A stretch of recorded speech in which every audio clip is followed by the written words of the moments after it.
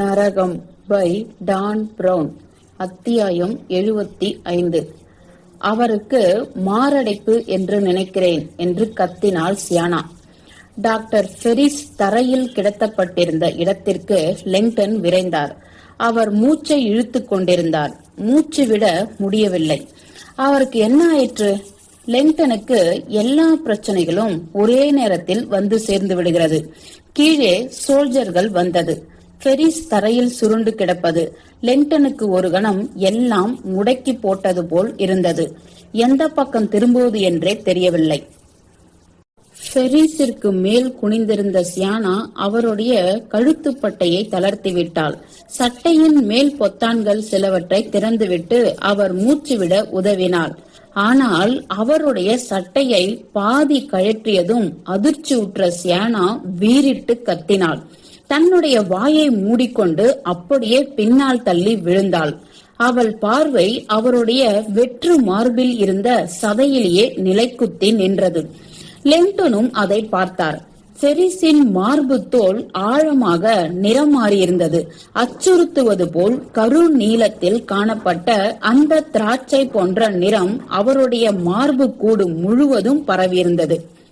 பழைய பீரங்கி குண்டினால் தாக்கப்பட்டதை போல் இருந்தார் ஃபெரிஸ். அது உள் இரத்தப்போக்கு என்ற சியானா லெங்டனை அதிர்ச்சியுடன் உற்று பார்த்தாள். நாள் முழுவதும் இதனால் தான் அவர் மூச்சுவிட சிரமப்பட்டு கொண்டே இருந்திருக்கிறார். ஃபெரிஸ் தன் தலையை திருப்பிய பொழுது அவர் பேச முயற்சிக்கிறார் என்பது தெரிந்தது. ஆனால் அவரால் மங்கலான இழுப்பொலியை மட்டுமே வெளியிட முடிந்தது. சுற்றுலாவாசிகள் அங்கே குழுமத் தொடங்கினர். சூழ்நிலை மிகவும் குழப்பமாகிக் கொண்டே வருவதை லெங்டன் உணர்ந்தார். சோல்ஜர்கள் கீழே இருக்கிறார்கள். லெங்டன் சியானாவை எச்சரித்தார். அவர்கள் எப்படி நம்மை கண்டுபிடித்தார்கள் என்று தெரியவில்லை. சியானாவின் முகத்தில் தெரிந்த ஆச்சரியமும் பயமும் சட்டென்று கோபமாக மாறியது. அவள் மீண்டும் ஃபெரிஸின் முகத்தை உற்று பார்த்தார். நீங்கள் எங்களிடம் பொய் சொல்லிவிட்டீர்கள், அப்படித்தானே? ஃபெரிஸ் மீண்டும் பேச முயற்சித்தார். ஆனால் அவரால் ஒலி எழுப்ப கூட முடியவில்லை. வெறுமனே ஃபெரிஸின் பைகளை ஆராய்ந்த சியானா அவருடைய போனையும் வாலெட்டையும் வெளியே எடுத்தாள். அவற்றை தன் பைகளில் போட்டுக்கொண்ட அவரை குற்றம் சாட்டும் பார்வையுடன் எழுந்து நின்றாள். அத்தருணத்தில் ஒரு வயதான இத்தாலிய பெண் கூட்டத்தை தள்ளிவிட்டு கொண்டு முன்னால் வந்து சியானாவை நோக்கி கத்தினாள். அவருடைய மார்பை அழுத்தி பிடி. அவள் தன்னுடைய மார்பில் கையை வைத்து அழுத்துமாறு செய்து காட்டினாள். சியானா கத்தினாள். சிபிஆர், அவரை கொன்றுவிடும். அவருடைய மார்பை பாருங்கள். அவள் லெங்டனை நோக்கி திரும்பினாள். ராபர்ட், நாம் இங்கிருந்து போயாக வேண்டும், இப்பொழுதே. லெங்டன் ஃபெரிஸை உற்று பார்த்தார். அவரும் லெங்டனையை கெஞ்சுவது போல் பார்த்தார். அவர் ஏதோ சொல்ல வருவதை போல் இருந்தது. நாம் அவரை அப்படியே விட்டுவிட முடியாது என்றார் லெங்டன் சத்தமாக. என்னை நம்புங்கள் என்றாள் சியானா. அது மாரடைப்பு அல்ல. நாம் உடனே இங்கிருந்து போயாக வேண்டும். கூட்டம் அதிகரித்து வருகையில் சுற்றுலாவாசிகள் உதவி கேட்டு கத்தத் தொடங்கினர். லெங்டனின் கையை கெட்டியாக பிடித்துக் கொண்ட சியானா அவரை வலுக்கட்டாயமாக அந்த குழப்பமான கூட்டத்திலிருந்து வெளியே இழுத்து பால்கனியின் புதிய காற்றிற்கு அவரை கூட்டி வந்தார். ஒரு கணம் லெங்டனுக்கு எல்லாம் இருண்டு போனது. அவருடைய கண்களுக்கு நேராக இருந்த சூரியன் ஜெயின் மார்க் சதுக்கத்தின் மேற்கு முனையில் மூழ்கிக் கொண்டிருந்தது. அது அந்த மொத்த பால்கனியையும் பொன்னிற ஒளியால் குளிப்பாட்டியது. சியானா லெங்டனை அவர்களுக்கு அருகாமையில் இருந்த இரண்டாவது தளத்தின் கூரை வழியாக அழைத்துச் சென்றாள். பியாசாவையும் ஜெயின் மார்க்கின் குதிரைகளையும் பார்க்க வந்து வெளியே நின்று கொண்டிருந்த கூட்டத்தினர் ஊடாக ஊர்ந்து சென்றாள். அவர்கள் பாசிலிக்காவின் முன்பக்கத்திற்கு வந்தபொழுது அந்த காயல் அவர்களுக்கு நேராக தெரிந்தது. தண்ணீரில் ஒரு வினோதமான நிழல் ஒளி லெங்டனின் கண்களை கவர்ந்தது. எதிர்காலத்தை சேர்ந்ததை போல் இருந்த ஒரு அதிநவீன சொகுசு கப்பல். அவர் ஒரு முறை யோசிக்கும் முன்பு இருவரும் மீண்டும் இடது பக்கம் திரும்பினர். பேப்பர் டோர் நோக்கி செல்லும் பாசிலிக்காவின் தென்மேற்கு முனையை சுற்றி இருந்த பால்கனியை தொடர்ந்து சென்றார். அந்த பேப்பர் டோர் என்பது டூஜியின் அரண்மனையோடு இணைக்கப்பட்ட ஒரு பிரிவு. டூஜிக்கள் பொதுமக்கள் படிக்கும் வகையில் அரசாணைகள் அங்கு ஒட்டி வைப்பதால் அது அந்த பெயரை பெற்றிருந்தது. மாரடைப்பு இல்லை. ஃபெரிஸின் மார்பில் கருப்பும் வெள்ளையுமாக இருந்த அந்த காட்சி லிங்டனின் மனதில் ஒட்டிக்கொண்டு விட்டது. அவருடைய உண்மையான நோய் நிலை குறித்து ஆராய்ந்த சியானா கூறிய அவளுடைய கண்ணோட்டத்தை கேட்டபோது அவருக்கு சட்டென்று பய உணர்வு ஏற்பட்டது. மேலும் ஏதோ ஒரு விஷயம் மாறி போய்விட்டதை போன்றும் தெரிந்தது. சியானா ஃபெரிஸை அதிகமாக நம்பவில்லை. அதனால்தான் அவள் என்னுடைய பார்வையை கவர முயற்சி செய்து கொண்டிருந்தாளோ? சட்டென்று தாவி நின்ற சியானா நேர்த்தியான கைப்பிடியில் சாய்ந்து கொண்டு கீழே ஜெயின்மார்க் சதுக்கத்தின் கண்ணுக்கு தெரியாத மூலையை உற்று பார்த்தாள். நாசமா போச்சு என்றாள் அவள். நான் நினைத்ததை விட உயரத்தில் இருக்கிறோம். லிங்டன் அவளை முறைத்தார். நீ இங்கிருந்து குதிக்க சொல்கிறாயா? சியானா அச்சமுற்று காணப்பட்டாள். நம்மை அவர்கள் பிடித்துவிடக் கூடாது ராபர்ட். பாசிலிக்காவை நோக்கி பின்னால் திரும்பிய லிங்டன் தனக்கு நேர் பின்னால் இருந்த புடம் போட்ட இரும்பினால் ஆன கனத்த கதவையும் கண்ணாடியையும் நோக்கினார். சுற்றுலாவாசிகள் உள்ளே வருவதும் வெளியே செல்வதுமாக இருந்தார்கள். லிங்டனின் கணக்கு சரியென்றால் அந்த கதவின் வழியாக செல்வது தேவாலயத்திற்கு பின்பக்கத்திற்கு அருகாமையில் இருக்கும் அருங்காட்சியகத்திற்கு உள்ளே அவர்களை கொண்டு சேர்க்கும். அவர்கள் எல்லா வழிகளையும் வளைத்து விட்டார்கள் என்றார் சியானா. தாங்கள் தப்பிப்பதற்கு உள்ள வாய்ப்புகளை பரிசீலனை செய்த லிங்டன் ஒரே முடிவுக்கு வந்தார். நம்முடைய பிரச்சனைக்கு தீர்வு தரும் ஒன்று உள்ளே இருப்பதை பார்த்ததாக நினைக்கிறேன். தான் இப்பொழுது எதை பரிசீலித்துக் கொண்டிருக்கிறோம் என்பதை கூட முழுதாக புரிந்திராத லிங்டன் பாசிலிக்காவின் பின்பக்கத்திற்குள்ளாக சியானாவை அழைத்துச் சென்றார். அருங்காட்சியகத்தின் வெளிப்பகுதியை சுற்றி கொண்டு சென்ற அவர்கள் அந்த கூட்டத்தில் இருந்து தள்ளி இருக்கவே முயற்சித்தனர். ஃபெரிஸ் சுற்றி கூச்சல் குழப்பத்துடன் இருந்த தேவாலயத்தின் மைய பகுதியினுடைய பெரிய திறந்த வெளியை அவர்களில் பெரும்பாலானவர்கள் பார்த்து கொண்டிருந்தனர். நாம் சீக்கிரம் போயாக வேண்டும், லிங்டன் நினைத்துக் கொண்டார். சுவர்களை ஆராய்ந்த அவர் இறுதியில் தான் தேடியதை ஒரு பெரிய அலங்கார சீலையில் கண்டு கொண்டார். அந்த சுவற்றில் இருந்த சாதனத்தில் பளிச்சென்று மஞ்சள் நிறத்தில் சிவப்பு எச்சரிக்கை ஸ்டிக்கர் ஒட்டப்பட்டிருந்தது. அலாரமே அண்டே சென்டியோ. தீயணைப்பு அலாரமா என்றாள் சியானா. அதுதான் உங்கள் திட்டமா? நாம் கூட்டத்தோடு கூட்டமாக நழுவி விடலாம். லிங்டன் அந்த இடத்திற்கு சென்று அலாரம் லிவரை இழுத்தார். ஒன்றும் நடக்கவில்லை. அதை எப்படி நன்றாக செய்வது என்று சிந்திக்கும் முன்னதாக விரைந்து செயல்பட்ட அவர் அதை வேகமாக இழுத்தார். உள்ளே இருக்கும் சிறிய கண்ணாடி சிலிண்டரை அந்த இயக்கம் உலுக்குவது தெளிவாக தெரிந்தது. லிங்டன் எதிர்பார்த்த சைரன் ஒலிகளும் உருமலும் கேட்கவே இல்லை. ஒரே அமைதி. அவர் மீண்டும் இழுத்தார். ஒன்றும் இல்லை. அவரை பித்து பிடித்தவரை போல் சியானா உற்று பார்த்தாள். ராபர்ட், நாம் இருப்பது சுற்றுலாவாசிகள் நிறைந்த கற்பாறையால் ஆன கதீட்ரல். யாரோ ஒரு குறும்புக்கார ஆள் அதை போகிற போக்கில் இழுத்துவிட்டு செல்லும் அளவுக்கா பொது தீயணைப்பு அலாரத்தை வைத்திருப்பார்கள்? நிச்சயமாக அமெரிக்கா தீயணைப்பு விதிகளின்படி. நீங்கள் ஐரோப்பாவில் இருக்கிறீர்கள். இங்கே வழக்குரைஞர்களும் குறைவு. அவள் லிங்டனின் தோளுக்கு மேலாக சுட்டி காட்டினாள். மேலும் நமக்கு நேரமும் குறைந்து கொண்டிருக்கிறது. உள்ளே நுழைந்த கண்ணாடி கதவை நோக்கி அவர்கள் திரும்பிய போது பால்கனியின் முன்பக்கம் 2 சோல்ஜர்கள் உள்ளே விரைந்து கொண்டிருப்பதை கண்டனர். அவர்களுடைய இறுகி போன கண்கள் அந்த பகுதியை ஆராய்ந்தன. சியானாவின் அபார்ட்மெண்டில் இருந்து தப்பி வரும்போது அவர்களை நோக்கி சுட்ட அதே தசைப்பிடிப்பான ஏஜென்ட்டை லிங்டன் அடையாளம் கண்டு கொண்டார். ஒரு சில வாய்ப்புகளே இருந்த நிலையில் லிங்டனும் சியானாவும் மூடப்பட்ட சுழல் படிக்கட்டு வழியாக யாரு கண்ணுக்கும் படாமல் நழுவி மீண்டும் தரைத்தளத்திற்கே கீழ்நோக்கி சென்றனர். அவர்கள் தரையை அடைந்ததும் படிக்கட்டு சுவரில் நிழலில் சற்று நேரம் அப்படியே நின்றனர். அந்த மைய மண்டபத்துக்கு அடுத்த சில சோல்ஜர்கள் வழிகளை பாதுகாத்தபடி காவலுக்கு நின்றிருந்தனர். அவர்களுடைய கண்கள் அந்த அறை முழுவதும் கவனமாக தேடின. நாம் இந்த படிக்கட்டு சுவற்றிலிருந்து வெளியே சென்றால் அவர்கள் நம்மை பார்த்து விடுவார்கள் என்றார் லெங்டன். அந்த படிக்கட்டுகள் இன்னும் கீழே செல்கின்றன என்று கிசுகிசுத்த சியானா தங்களுக்கு பின்னால் படிக்கட்டை மறைத்தபடி இருக்கும் திரைசீலையை நோக்கி கை காட்டினாள். அதற்கு அப்பால் அந்த படிக்கட்டுகள் இன்னும் இறுக்கமான சுழல்களாக கீழ்நோக்கி இறங்கி கடும் இருளை நோக்கி சென்றன. மோசமான யோசனை, லெங்டன் நினைத்துக் கொண்டார். வெளியேற வழியில்லாத பாதாள சுரங்கம். அந்த திரைசீலையை நோக்கி முன்பே நடக்கத் தொடங்கிவிட்ட சியானா அந்த சுழல் சுரங்கத்தில் தன் வழியை தேடியபடியே சென்று பாழ்வெளியில் மறைந்து போனாள். இங்கே திறந்திருக்கிறது, சியானா கீழிருந்து மெல்லிய குரலில் கூறினாள். லெங்டன் ஆச்சரியப்படவில்லை. ஜெயின் மார்க்கின் பாதாள அறை அது போன்ற மற்ற அறைகளில் இருந்து வேறுபட்டது. அது செயல்படும் சாப்பலாகவும் இருந்தது. அங்கே செயின் மார்க்கின் எலும்புகளுக்கு முன்னால் வழக்கமான சடங்குகள் செய்யப்படுகின்றன.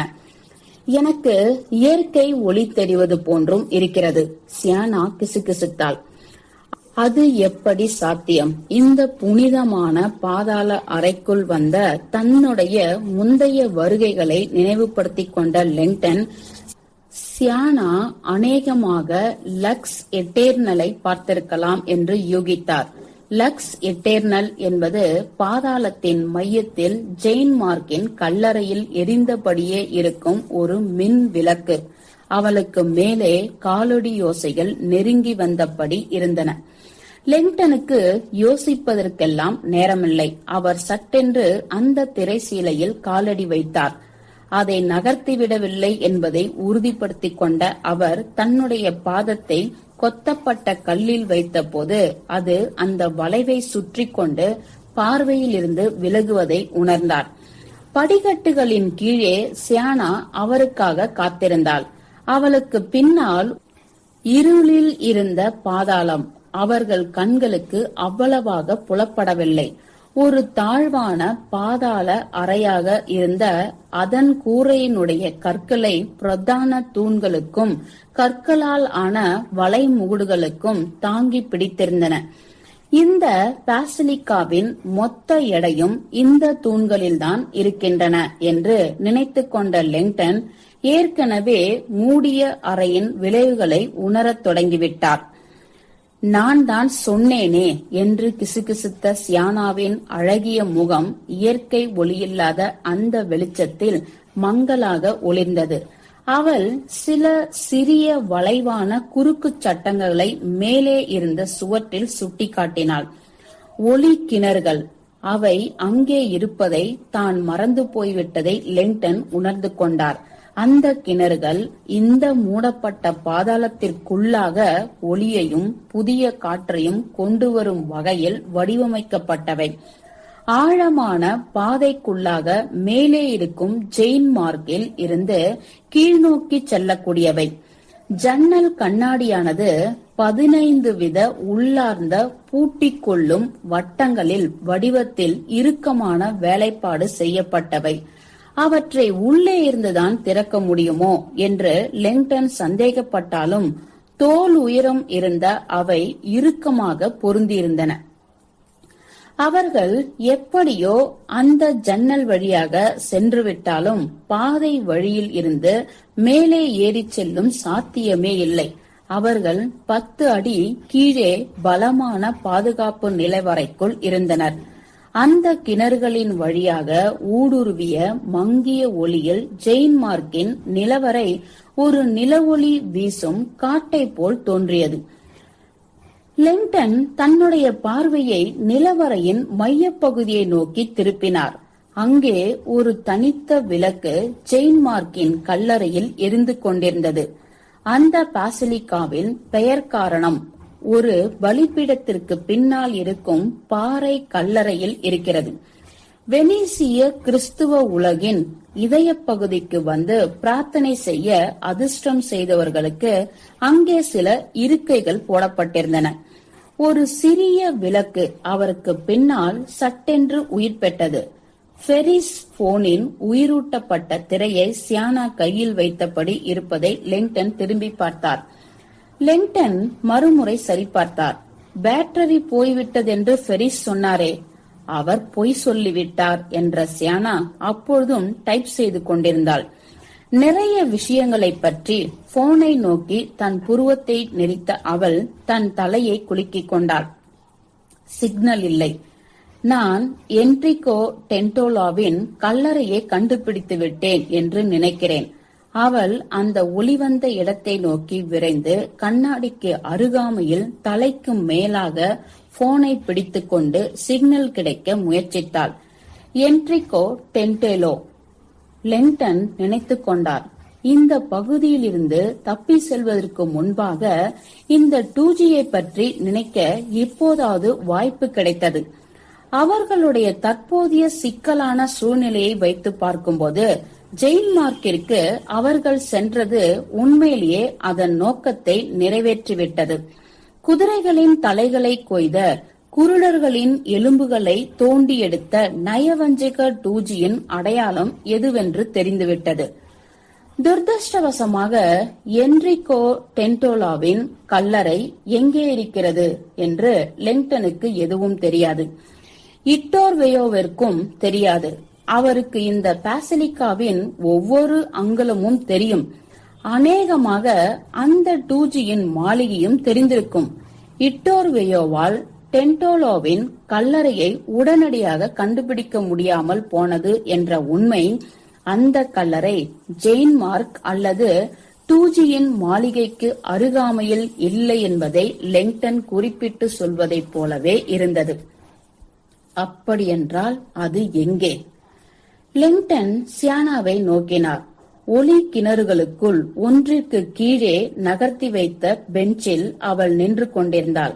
அவள் அந்த ஜன்னலை இழுத்து திறந்து ஃபெரிஸின் போனை திறந்த வெளியில் அப்படியே நீட்டி பிடித்தாள். ஜெயின்மார்க்கின் வெளிப்புற ஒளிகள் மேலிருந்து கீழே இறங்கி வந்தன. எப்படியும் இங்கிருந்து வெளியேற ஏதாவது ஒரு வழி இருக்கும் என்ற எண்ணம் சட்டென்று லெங்டனிடத்தில் தோன்றியது. இருக்கைகளுக்கு பின்னால் மடிக்கப்பட்ட நாற்காலிகள் இருந்தன. அதை வைத்து ஒளி கிணற்றுக்கு மேலே உள்ள பகுதியை எட்டிப்பிடிக்கலாம் என்பதை லெங்டன் உணர்ந்தார். மேல் பக்க இரும்பு கிராதியில் உள்பக்கத்தில் இருந்து திறக்க முடிந்தாலும் முடியலாம். அந்த இருளின் ஊடாக சியானாவை நோக்கி சென்றார் லெங்டன். அவர் ஒரு சில அடிகள் எடுத்து வைத்தபோது முன்னந்தலையில் விழுந்த பலத்த அடி அவரை பின்னோக்கி விழ செய்தது. நிலை குலைந்து முட்டிக்காலிட்டு சரிந்த அவர் சட்டென்று தாக்கப்பட்டதை போல் உணர்ந்தார்.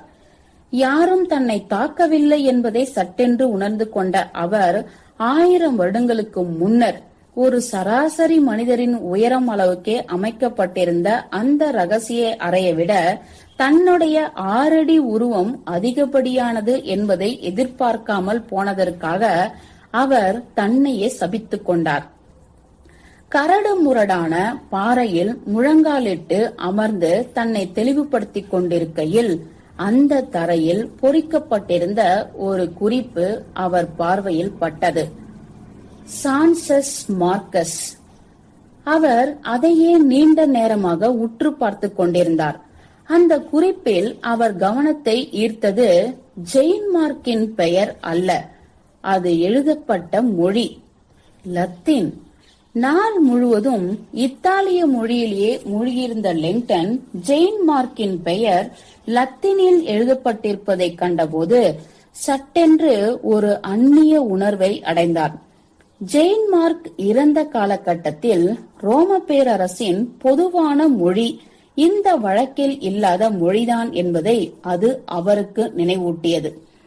பின்னர் ராபர்ட் லெங்டனை இன்னும் ஒரு சிந்தனையும் ஆட்கொண்டது.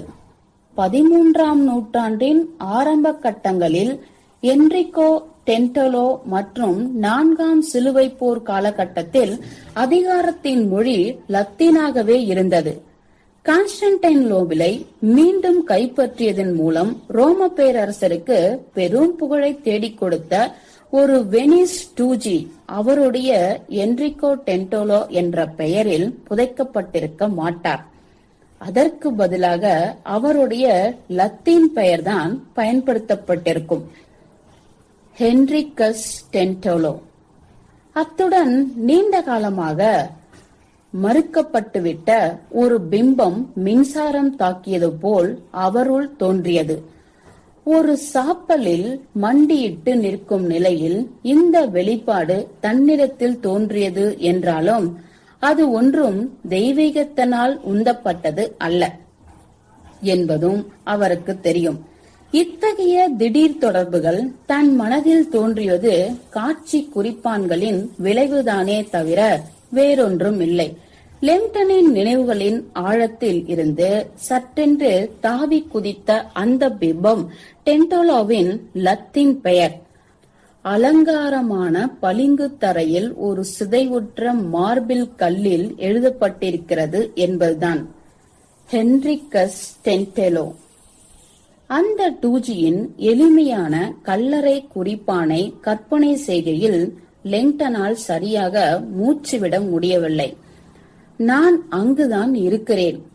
அந்த கவிதை உறுதியளித்திருப்பது போலவே என்ரிகோ டென்டோலோ உண்மையிலேயே தங்கத்தினால் ஆன அருங்காட்சியகத்தில்தான், புனித நாணத்தின் அருங்காட்சியகம், புதைக்கப்பட்டிருக்கிறார். ஆனால் அது செயின்மார்க் பாசிலிக்கா அல்ல. அந்த உண்மை புலப்பட்டவுடன் லெங்டன் தன்னுடைய கால்களால் மெதுவாக எழுந்து நின்றார். எனக்கு சிக்னல் கிடைக்கவில்லை என்ற சியானா ஒளி கிணற்றில் இருந்து எழுந்து அவரை நோக்கி வந்தாள். உனக்கு அது தேவையில்லை, லெங்டன் சமாளித்தார். புனித நாணத்தின் தங்கத்தாலான அருங்காட்சியகம்.